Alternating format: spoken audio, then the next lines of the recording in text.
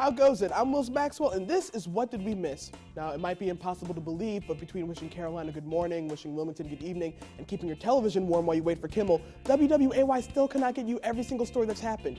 Even with 18 and a half hours of local news each week, some things just don't make it to air. This segment, we take a look at what slipped through the crack and give these stories their long overdue glorious spotlight on local broadcast television. Our first story comes to us from Florida because why wouldn't it? In a bizarre display showcasing her allergy towards planning ahead, one Gainesville woman robbed an Arby's and then hailed a cab to get away.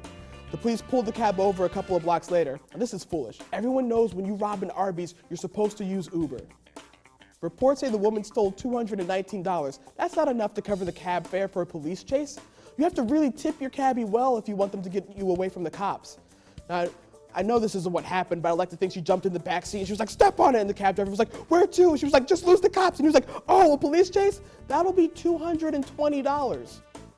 Speaking of people who should have taken Uber, one Texas man had a terrifying experience when his SUV rolled through several barriers until he was dangling off the edge of a parking garage.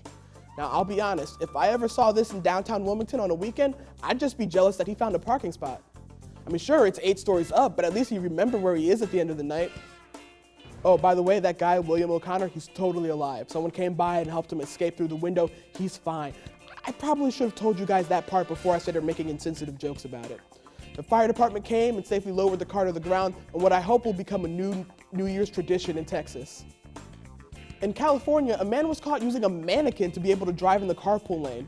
A motorcycle cop pulled the vehicle over and handed him a fine. Now, these violations have a minimum fine of $481, which, if you're paying attention at home, is double the amount of money you need to use a cab as a getaway vehicle. Now, this had to be embarrassing for this driver. He got pulled over, a cop handed him a fine, and to make matters worse, his girlfriend just sat there and said nothing the whole time. Oh yeah, they're together. It's a sweet story. They met at Belk.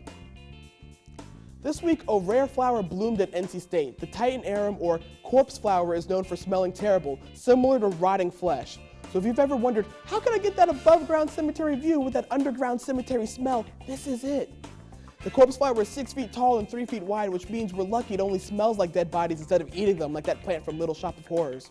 Grad student Brandon Huber spent 13 years growing this plant. Brandon, as a former film student, I can assure you, know what it's like to spend a lot of time working on something and in the end, it stinks. I'm Will Maxwell, and that's what we missed.